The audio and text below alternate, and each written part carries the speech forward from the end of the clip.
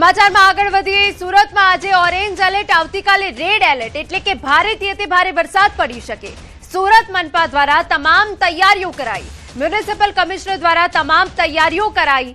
નીચાણવાળા વિસ્તારોમાં લોકોને સ્થળાંતર કરવા સૂચના અપાઈ છે। ભારે પવનની સંભાવનાને લઈ હોર્ડિંગ્સ પણ ઉતારાયા। પશુઓને ખુલ્લામાં રાખવા સૂચના અપાઈ છે અને સાથે લોકોને સતર્ક રહેવા માટેની પણ સૂચના આપવામાં આવી।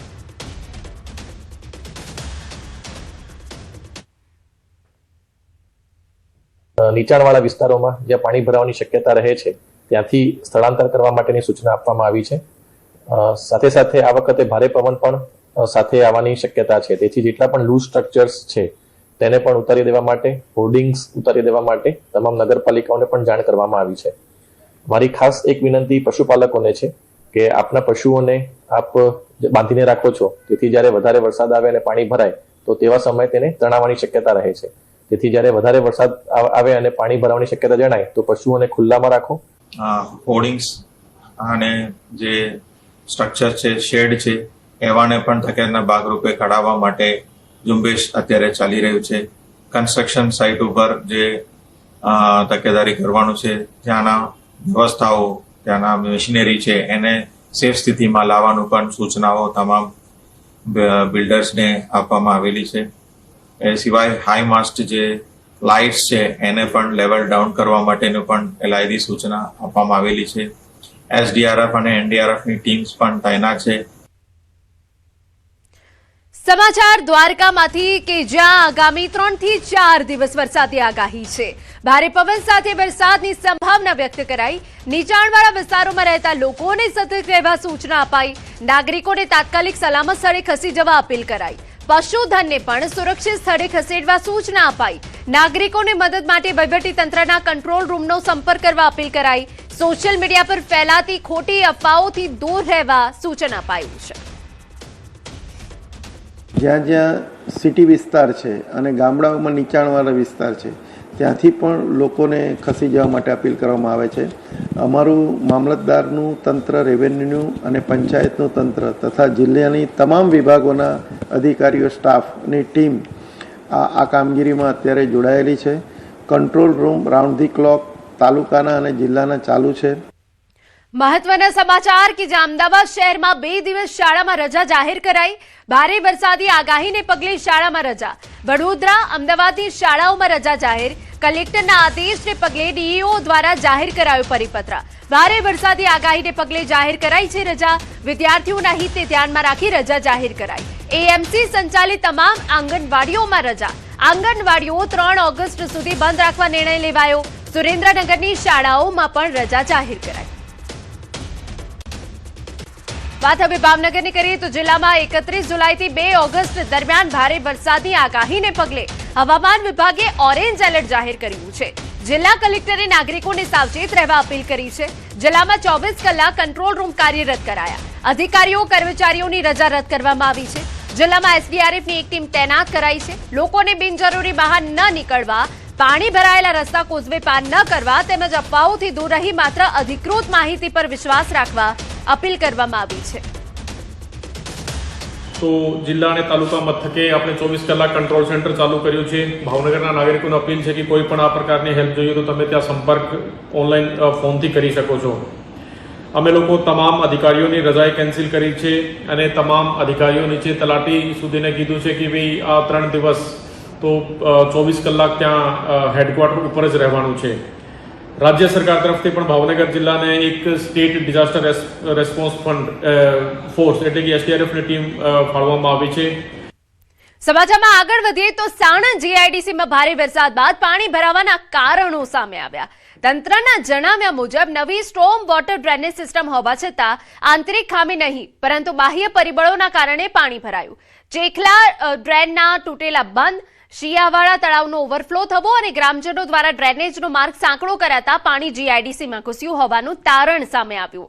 હાલ તંત્ર દ્વારા પાણીના નિકાલ માટે ત્વરિત કામગીરી હાથ ધરાઈ છે તેમજ ભવિષ્યમાં આવી સ્થિતિ ફરી ન સર્જાય તે માટે કાયમી ઉકેલની પ્રક્રિયા કરવામાં આવી છે। તો ચેખલા ડ્રેન અને તળાવના ઓવરફ્લોથી અસર થઈ છે. બીજી તરફ પાણીના નિકાલ માટે ત્વરિત કાર્યવાહી હવે શરૂ કરવામાં આવી હોવાની પણ વિગતો મળી રહી છે. ભવિષ્યમાં સમસ્યા ટાળવા કાયમી આયોજન કરવાનું પણ એક પ્લાનિંગ કરવામાં આવ્યું છે.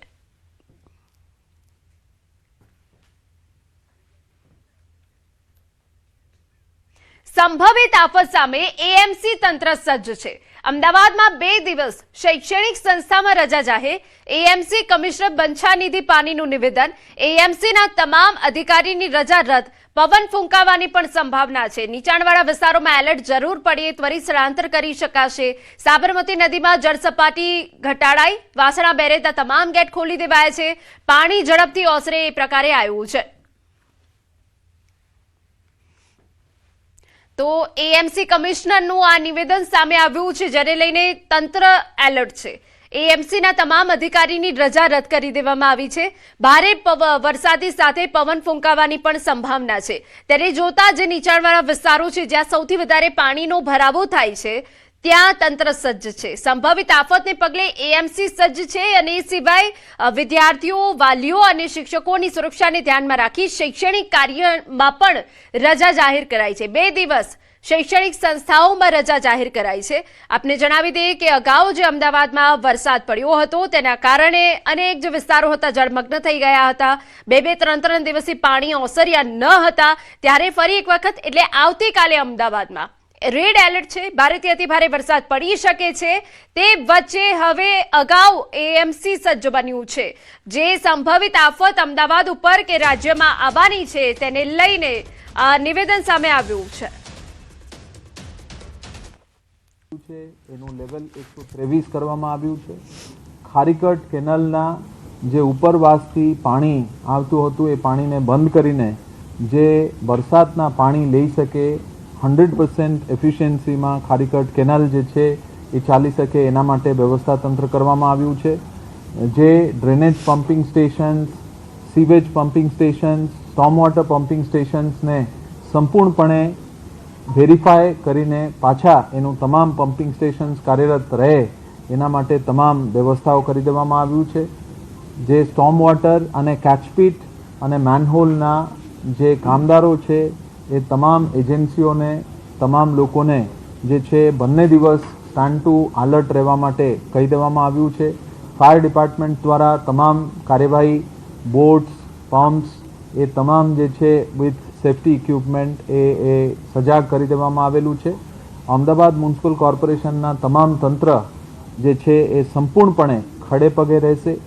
લોકોને વિનંતી છે કે આવતીકાલે અને પરમ દિવસે 31 જુલાઈ અને 1 ઓગસ્ટે સ્કૂલો, કોલેજો અને આંગણવાડીઓ જે છે એ રજા રાખવામાં આવ્યું છે. લોકોને પણ વિનંતી છે કે જેટલું શક્ય બને એટલું આપણે વર્ક ફ્રોમ હોમનું પણ આપ રાખજો. અન્ય મહત્વના સમાચાર પર નજર કરી. વડોદરાના માંજલપુરમાં ફરી બબાલ થઈ. કોતર તલાવડી વિસ્તારમાં બબાલ. પાદરાના ધારાસભ્ય ઢોલ નગારા સાથે પહોંચ્યા હતા. ધારાસભ્ય ચૈતન્યસિંહ ઝાલા સાથે યુવતીની બબાલ. કાર્યકરી યુવતીનો હાથ પકડ્યાના આરોપ. પોલીસ ફરિયાદ કરવા ગયેલા પરિવાર સાથે કાર્યકરોએ મારામારી કરી. સમગ્ર ઘટનાનો વિડીયો સામે આવ્યો. તો પીડિત પરિવાર સાથે કાર્યકરોએ મારામારી કરી હોવાની વિગતો છે અને આજે ઘટના બની હતી તેનો વિડીયો પણ સામે આવ્યો. આપને જણાવી દઈએ કે માંજલપુરમાં ફરી એક વખત બબાલ થઈ. કોતર તલાવડી વિસ્તારમાં બબાલ થઈ. પાદરાના ધારાસભ્ય ઢોલ નગારા સાથે ત્યાં પહોંચ્યા. ધારાસભ્ય ચૈતન્યસિંહ ઝાલા સાથે યુવતીની બબાલ થઈ. કાર્યકરે યુવતીનો હાથ પકડ્યાનો આરોપ છે.